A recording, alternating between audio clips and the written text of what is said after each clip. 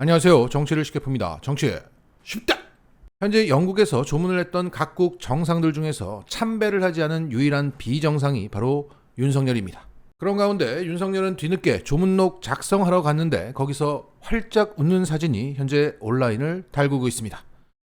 자, 이러니까 기본이 안 되었다는 얘기가 나오겠죠. 지금 비정상인 윤석열이 해외를 돌아다니면서 우리나라를 욕보이고 있습니다. 이렇게 가는 곳마다 나라 망신을 시키고 있는 윤석열은 이제 영국을 떠나 미국에 도착했습니다. 그리고 윤석열은 유엔 총회에서 자유와 연대를 강조하는 연설을 했습니다. 거기서 엄청난 도리도리가 나왔고 경교롭게도 윤석열의 연설이 시작되자마자 집단으로 퇴장하는 장면도 포착되었습니다. 그럼에도 대통령실은 약자 복지의 글로벌 버전이라는 쉽게 음절로 요약하면서 자화자찬을 하고 있습니다. 대통령실 고위 관계자는 이렇게 말했습니다. 아마 오늘 윤 대통령의 이 연설을 뭐라고 10개 음절 안에 줄일 수 있을까 저도 고민을 많이 했다. 이건 아무리 봐도 약자 복지의 글로벌 버전이 아닐까 싶다.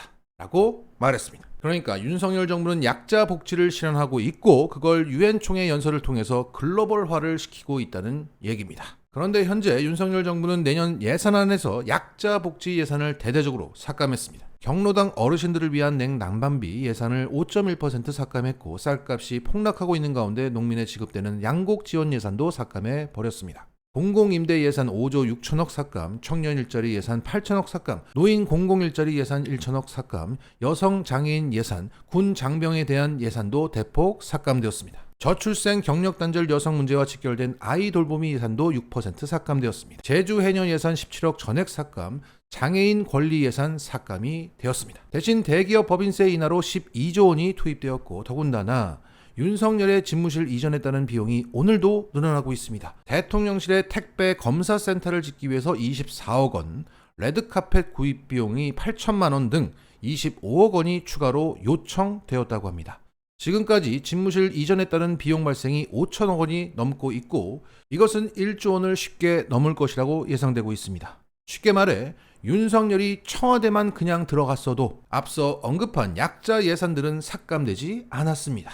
따라서 약자 복지의 글로벌 버전이라는 말은 틀렸고 거짓부렁의 글로벌 버전이라고 해야 맞는 것 같습니다. 자, 우리 구독자분들도 댓글로 윤석열 정부를 10글자로 요약해 주시기 바랍니다. 자, 이런 가운데 윤석열이 연설을 마치고 안토니오 구테우스 유엔 사무총장을 만났다고 합니다. 거기서 구테우스 사무총장은 이렇게 말했습니다. 윤 대통령의 연설은 저희가 가진 생각과 전략, 가치를 정확하게 반영하고 있다. 국정 철학을 들어보니 지금 유엔 사무총장을 해도 손색이 없다. 반기문이야? 한국만 망할게요. 글로벌적으로 망하려고 그래. 자, 이거 안 봤습니까? 웃잖아요, 막. 좀 더 알아보고 말씀을 하셔야지. 이거 지금 뭐 사무총장 말하는 거 보니까 유엔도 현재 힘든 상태로 보입니다.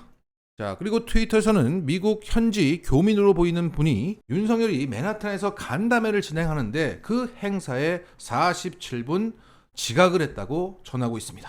또 뭐 교통 통제가 있었나 봅니다.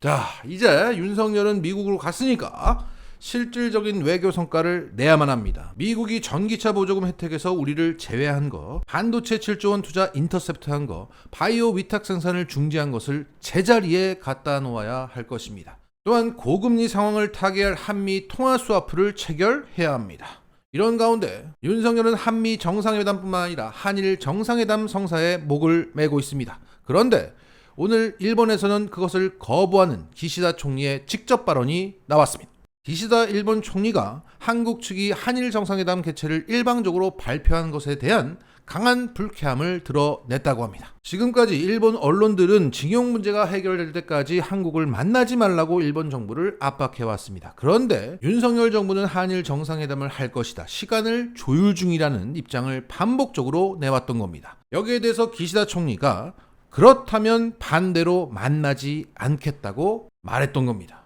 자, 지금 기시다 총리가 지지율이 엄청나게 낮아요. 그래서 일본 언론들의 눈치를 볼 수밖에 없는 상황입니다. 그런데도 윤석열은 계속 거기에 매달리고 만날 것이다, 조율 중이다, 입장 변화는 없다 이런 식으로 하니까 짜증내듯 노골적으로 거부를 했던 겁니다. 자, 이런 발언에 대해서 복수의 일본 외무성 간부들은 이렇게 말했다고 합니다. 유엔 총회를 계기로 윤석열과 기시다 총리가 만나더라도 단시간에 그칠 것이고 양국 정부의 온도차가 두드러져서 회담 전망은 불투명하다, 이렇게 진단했습니다. 자, 윤석열은 계속 딸랑거리고 매달리고 있는데 일본은 차갑게 대하면서 윤석열을 조련하고 있습니다.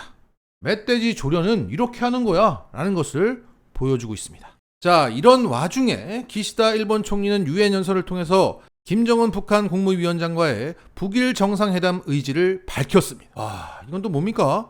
자, 이렇게 말했다고 합니다. 김정은 북한 노동당 총비서와 전제 조건 없이 만날 준비가 되어 있다. 조일 평양 선언에 따라 납북자 문제와 북한 핵미사일 등 여러 현안들을 포괄적으로 해결하고 불행한 과거를 청산하며 북과 수교한다는 방침은 불변이다. 자, 여기서 언급한 조일 평양 선언이라고 하는 것은 2002년 9월 17일 당시 고이치로 주니치 일본 수상이 북한을 방문해서 김정일 당시 북방위원장과 정상회담을 하면서 조인했던 선언문입니다. 자, 이 선언문은 북한에 대한 일본의 적대 정책을 포기하고 일본이 조선인민에게 저지른 과거사를 사죄하고 보상한다는 내용이 담겨져 있습니다. 기시다 총리는 지난해 10월에도 북한의 일본 납치 문제를 언급하면서 이렇게 말했어요. 조건 없이 김정은 북한 국무위원장과 직접 마주할 각오다, 이렇게 말했습니다. 그런데 윤석열은 유엔 연설에서 뭐라고 했습니까? 북한에 대한 직접 언급은 없었지만 이런 대목이 있었습니다. 우리나라는 유엔이 인정한 한반도 유일의 합법 정부다 라고 말했습니다. 그러니까 북한은 한반도의 불법 정부라고 얘기한 꼴이에요. 그리고 이것은 1991년 남북 유엔 동시 가입이라는 역사를 건너뛴 뉴라이트라는 극우적 세계관에 기반한 발언입니다. 윤석열은 대놓고 북한을 자극했던 겁니다. 그런데 정작 일본은 전향적인 메시지를 북한에게 보내고 있는 거예요. 그리고 북한은 뭐라고 했습니까? 윤석열을 두고 윤석열 인간 자체가 싫다고 말했습니다. 상대하지 않을 것이라고 천명했습니다. 쉽게 말해 이제 한국은 제껴두고 우리끼리 한번 해보자.